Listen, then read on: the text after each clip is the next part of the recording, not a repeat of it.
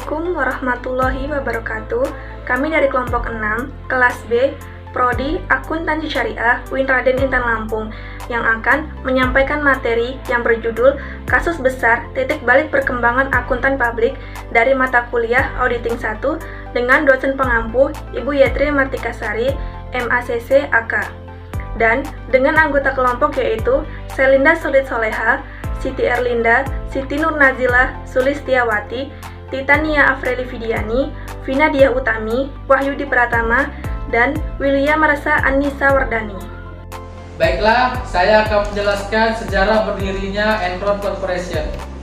Enron Corporation merupakan perusahaan energi yang berbasis di Houston, Texas, Amerika Serikat. Enron Corporation mampu mempekerjakan 21.000 pegawai dan mampu meraup keuntungan sebesar 101 miliar dolar. Fortune menanamkan Enron Corporation sebagai perusahaan paling inovatif di Amerika dalam 6 tahun berturut-turut. Enron Corporation menjadi sorotan dunia ketika kondisi laporan keuangan yang dilaporkannya yang didukung oleh penipuan akuntansi secara sistematis, terlembaga, dan direncanakan secara kreatif. Eropa melaporkan kebangkrutannya pada tanggal 31 Desember 2001. Kasus kebangkrutan Enron Corporation merupakan kasus terbesar di Amerika Serikat dalam hal kebangkrutan perusahaan. Demikian yang dapat saya sampaikan. Baiklah, materi selanjutnya yaitu sejarah berdirinya WorldCom Corporation. WorldCom merupakan perusahaan penyediaan telepon jarak jauh yang didirikan oleh Bernard Ebers di tahun 1983. Pada tahun 1989, WorldCom terdaftar dalam Bursa Efek di Amerika dengan Bernard Ebers sebagai CEO. WorldCom merupakan perusahaan telekomunikasi yang menyediakan berbagai macam produk di seluruh dunia, seperti data internet, komunikasi telepon, layanan telekonferensi melalui video, sampai penjualan kartu telepon prabayar untuk sambungan internasional. WorldCom berkembang pesat pada tahun 1990-an, sehingga menjadi salah satu perusahaan terbesar dalam industri telekomunikasi dengan mengakuisisi beberapa perusahaan. Pendapatan WorldCom tumbuh dengan cepat sejak memulai akuisisi ini, antara kuartal pertama pada tahun 1994 dan kuartal ketiga pada tahun 1999. Dari tahun ke tahun, pertumbuhan pendapatan WorldCom lebih dari 50% dalam 16 kuartal dari total 23 kuartal. Selanjutnya, harga saham WorldCom mengalami pertumbuhan sangat pesat dari 8,17 US dollar pada awal Januari 1994 sampai 47,91 US dollar pada akhir September 1999. Perusahaan yang bergabung atau dibeli oleh WorldCom adalah Advance Communication Corp pada tahun 1992, Metro Media Communication Corp pada tahun 1993, Resurgence Communication Group pada tahun 1993, INC pada tahun 1994, William Technology Group pada tahun 1995, dan MVS Communication Company pada tahun 1990. Pada tahun 1999, saham WorldCom diperdagangkan dengan 64 US dollar, sehingga menjadikan WorldCom sebagai salah satu perusahaan terbesar yang menangani lalu lintas data internet di seluruh dunia. Pada tahun 2001, pendapatan meningkat hingga 392 miliar, hingga akhirnya menempatkan WorldCom pada posisi ke-42 dari 50 perusahaan lainnya menurut versi majalah Fortune. Pencapaian ini merupakan keberhasilan terbaik yang diraih oleh WorldCom, sehingga hal ini yang mendasari kepercayaan publik terhadap saham di WorldCom. Sekian materi yang dapat saya paparkan, semoga bermanfaat bagi kita semua. Materi selanjutnya akan dilanjutkan oleh rekan saya, kepadanya disilahkan. salah satu skandal korporasi yang melatar belakangi diterbitkannya Sarbanes-Oxley Act atau SOA adalah kasus Enron yang mulai terungkap pada bulan Desember tahun 2001 dan terus menggelinding pada tahun 2002. Fakta dari berbagai sumber yang berkaitan dengan hancurnya Enron dapat diuraikan. Yang pertama, Board of Director atau Dewan Direktur, Direktur Eksekutif, dan Direktur Non-Eksekutif yang membiarkan kegiatan-kegiatan bisnis tertentu mengandung unsur konflik kepentingan dan mengizinkan terjadinya transaksi-transaksi berdasarkan informasi yang hanya bisa diakses oleh pihak dalam perusahaan atau insider trading. Yang kedua, Enron merupakan salah satu perusahaan besar pertama yang melakukan outsourcing secara total atas fungsi internal audit perusahaan. Yang ketiga, pada awal tahun 2001, partner KAP Anderson melakukan evaluasi terhadap kemungkinan mempertahankan atau melepaskan Enron sebagai klien perusahaan, mengingat risiko yang sangat tinggi berkaitan dengan praktek akuntansi dan bisnis Enron.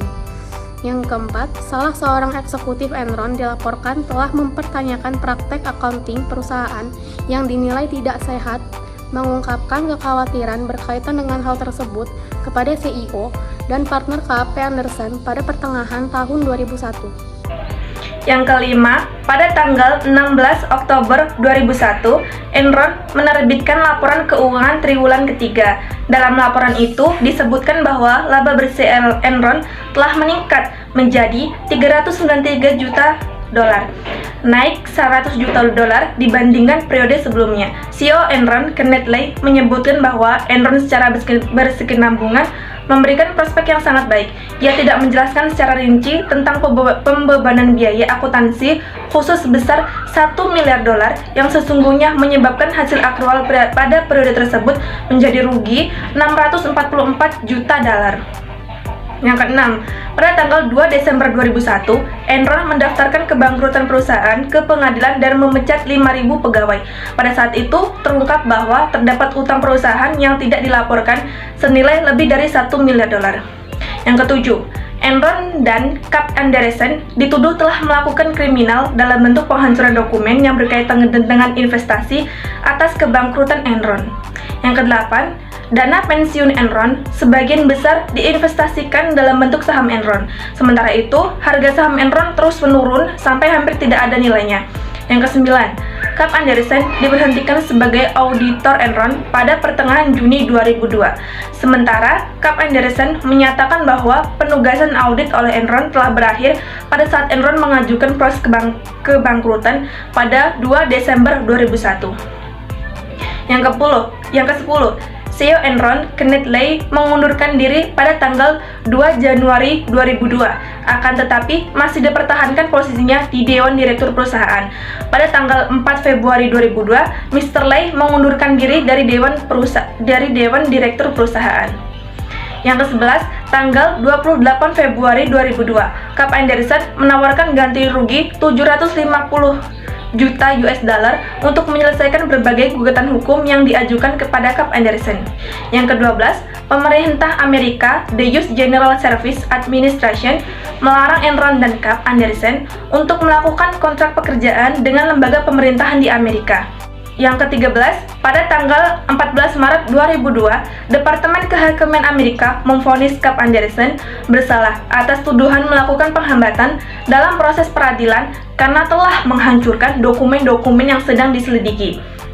Yang ke-14, Cap Anderson terus menerima konsekuensi negatif dari kasus Enron berupa kehilangan klien, pembelotan afiliasi yang bergabung dengan Cap yang lain, dan pengungkapan yang meningkat mengenai keterlibatan pegawai Cap Anderson dalam kasus Enron.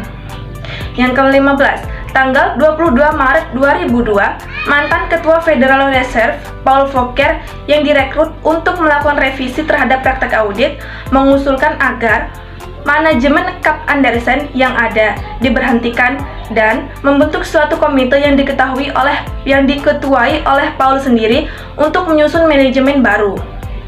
Yang ke-16, pada tanggal 26 Maret 2002, CEO Anderson Joseph Brandino mengundurkan diri dari jabatannya.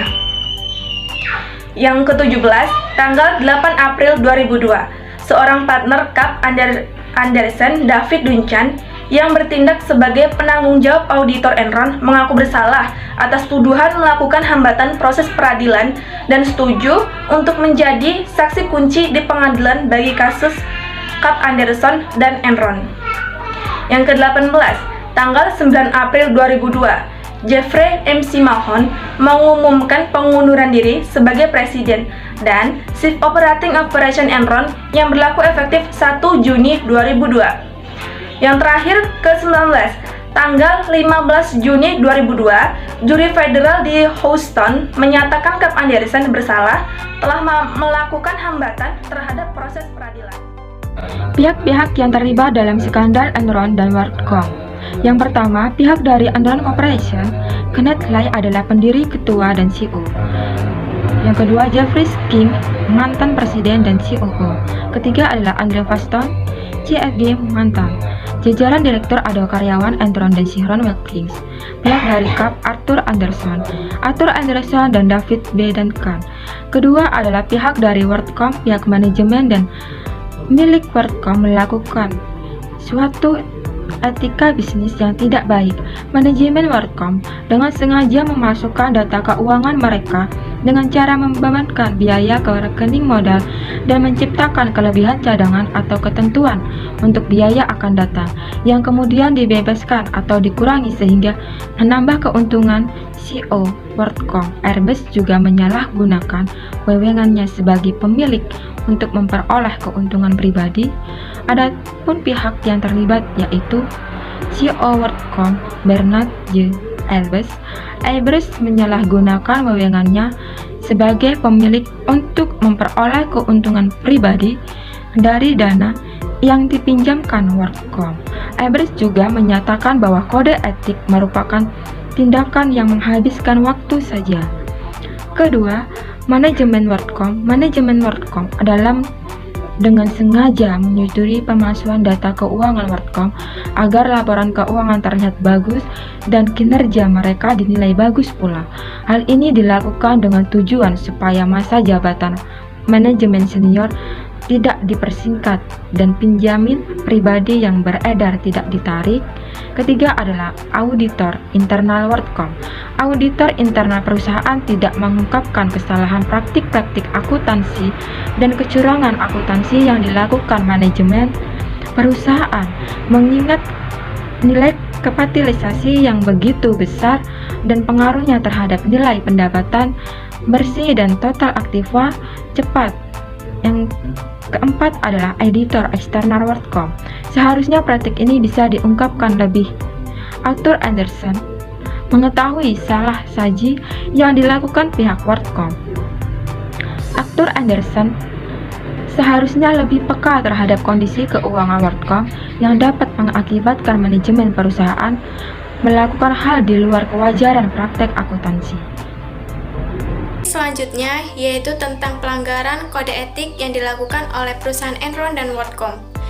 KAP Arthur Anderson yang telah melakukan manipulasi laporan keuangan pada perusahaan Enron dan WorldCom. Adapun hal yang dilanggar adalah pengungkapan secara tidak benar, tidak wajar dan tidak layak laporan keuangan perusahaan, khususnya pada laporan laba rugi, di mana dana yang seharusnya masuk pada pos pengeluaran justru dibukukan dalam pendapatan.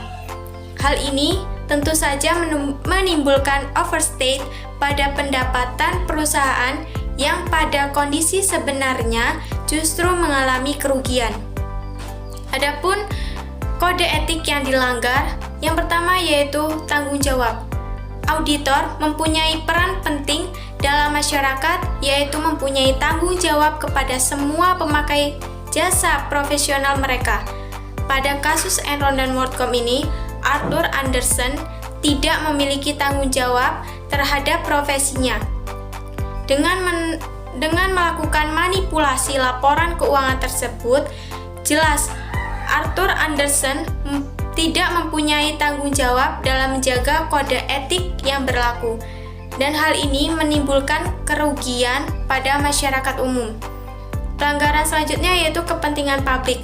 Seharusnya auditor berkewajiban untuk senantiasa bertindak dalam kerangka pelayanan kepada publik, menghormati kepercayaan publik, dan menunjukkan komitmen atas profesionalismenya. Hal ini bertujuan agar publik tidak dirugikan dengan pernyataan-pernyataan dari auditor itu sendiri. Namun, pada kasus Enron dan WorldCom tersebut, bahwa sang auditor atau Arthur Andersen sama sekali tidak mementingkan kepentingan publik. Namun, mereka hanya mementingkan kepentingan klien mereka dengan cara menyetujui laporan keuangan yang telah dimanipulasinya. Pelanggaran selanjutnya yaitu integritas. Integritas merupakan kualitas yang melandasi kepercayaan publik dan merupakan patokan bagi anggota dalam menguji keputusan yang diambilnya. Dalam kasus ini, auditor justru dengan sengaja melakukan manipulasi laporan keuangan. Hal ini menunjukkan tidak adanya integritas pada Arthur Andersen. Pelanggaran selanjutnya yaitu objektivitas. Objektivitas merupakan suatu tindakan yang bersikap adil, tidak memihak, jujur, serta intelektual, tidak berprasangka atau bias, serta bebas dari benturan kepentingan atau berada di bawah pengaruh pihak lain. Prinsip ini secara jelas dilanggar karena adanya pihak Arthur Andersen selaku auditor yang secara langsung memihak pada WorldCom dengan cara yang tidak benar, yaitu memalsukan data-data yang berhubungan dengan pengeluaran, kemudian dialihkan pada pos pendapatan. Pelanggaran selanjutnya yaitu perilaku profesional.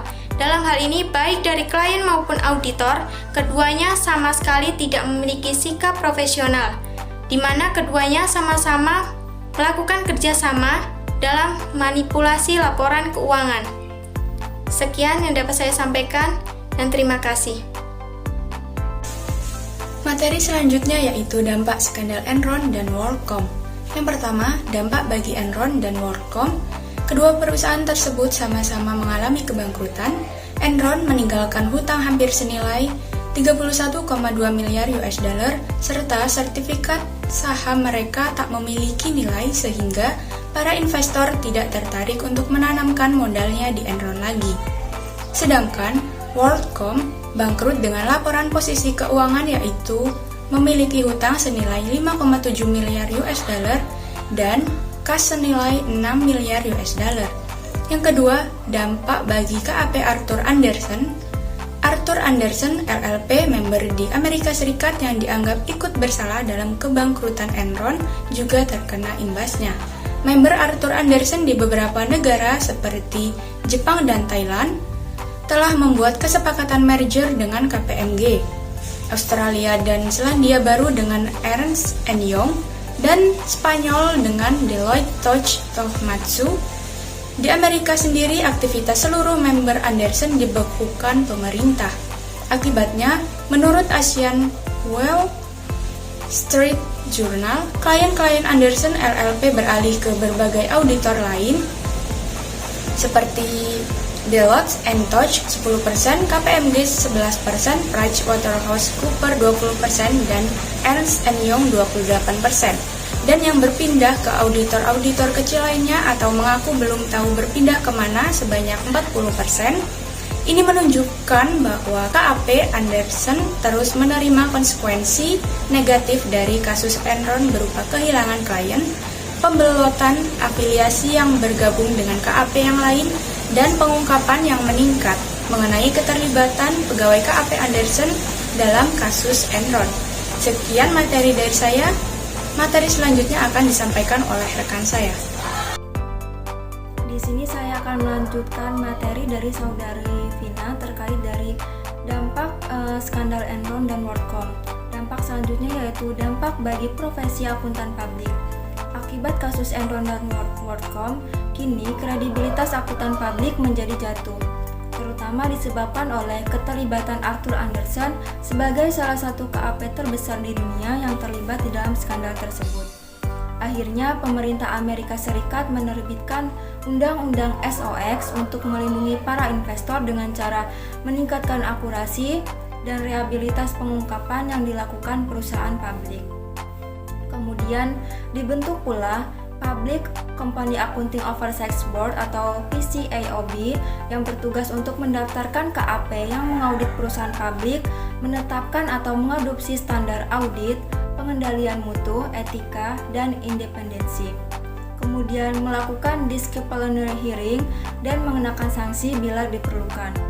Meningkatkan ketaatan terhadap SOX, peraturan-peraturan PCAOB, standar profesional, dan peraturan pasar modal yang berkaitan dengan audit perusahaan publik. Dampak yang terakhir yaitu dampak bagi perekonomian di Amerika. Keruntuhan perusahaan Enron dan WorldCom cukup banyak berdampak bagi dunia bisnis internasional, khususnya Amerika Serikat. Akibat jatuhnya Enron pada tahun 2001, sedikitnya 4.000 karyawan kehilangan pekerjaannya. Kolapsnya Enron juga mengguncang neraca keuangan para kreditornya yang telah mengucurkan miliaran dolar. Contohnya JP Morgan Chase dan Citigroup adalah dua kreditor terbesarnya. Para karyawan Enron dan investor kecil-kecilan juga dirugikan karena simpanan hari tua mereka musnah. Sebagian besar dana pensiun dan tabungan 20.000 karyawan Enron yang terikat dalam saham ini hilang tanpa nilai. Kemudian banyak lembaga keuangan internasional juga ikut menderita akibat kebangkrutan Enron, sehingga membuat mereka semakin berhati-hati dalam melakukan investasi. Sekian materi dari saya ucapkan terima kasih. Dari kasus skandal akuntansi yang terjadi, dapat disimpulkan bahwa Enron dan WorldCom sudah melanggar kode etik yang seharusnya menjadi pedoman dalam melaksanakan tugasnya dan bukan untuk dilanggar. Mungkin saja pelanggaran tersebut awalnya mendatangkan keuntungan bagi Enron dan WorldCom, tetapi akhirnya dapat menjatuhkan kredibilitas perusahaan. Dalam kasus ini, KAP seharusnya bisa bersikap independen. Kasus ini juga diketahui terjadinya perilaku manipulasi laporan keuangan dengan mencatat keuntungan padahal perusahaan mengalami kerugian. Manipulasi keuntungan disebabkan keinginan perusahaan agar saham tetap diminati investor. Ini merupakan salah satu contoh kasus pelanggaran etika profesi auditor yang terjadi di Amerika Serikat, sebuah negara yang memiliki perangkat undang-undang, bisnis dan pasar modal yang lebih lengkap. Hal ini terjadi akibat keegoisan satu pihak terhadap pihak lain. Dalam hal ini, pihak-pihak yang selama ini diuntungkan atas penipuan laporan keuangan terhadap pihak yang telah tertipu. Hal ini buah dari ketidakjujuran, kebohongan atau dari praktik bisnis yang tidak etis yang berakibat hutang dan sebuah kehancuran yang menyisakan penderitaan bagi banyak pihak di samping proses pengadilan dan tuntutan hukum. Untuk itulah kode etik profesi harus dibuat untuk menopang praktik yang sehat bebas dari kecurangan. Kode etik mengatur anggotanya dan menjelaskan hal apa yang baik dan tidak baik dan mana yang boleh dan tidak boleh dilakukan sebagai anggota profesi baik dalam berhubungan dengan kolega, klien, publik, dan karyawan sendiri. Yang harus menjadi sebuah pelajaran bahwa sesungguhnya suatu praktek atau perilaku yang dilandasi dengan ketidakbaikan maka akhirnya akan menuai pula termasuk kemudaratan bagi banyak pihak.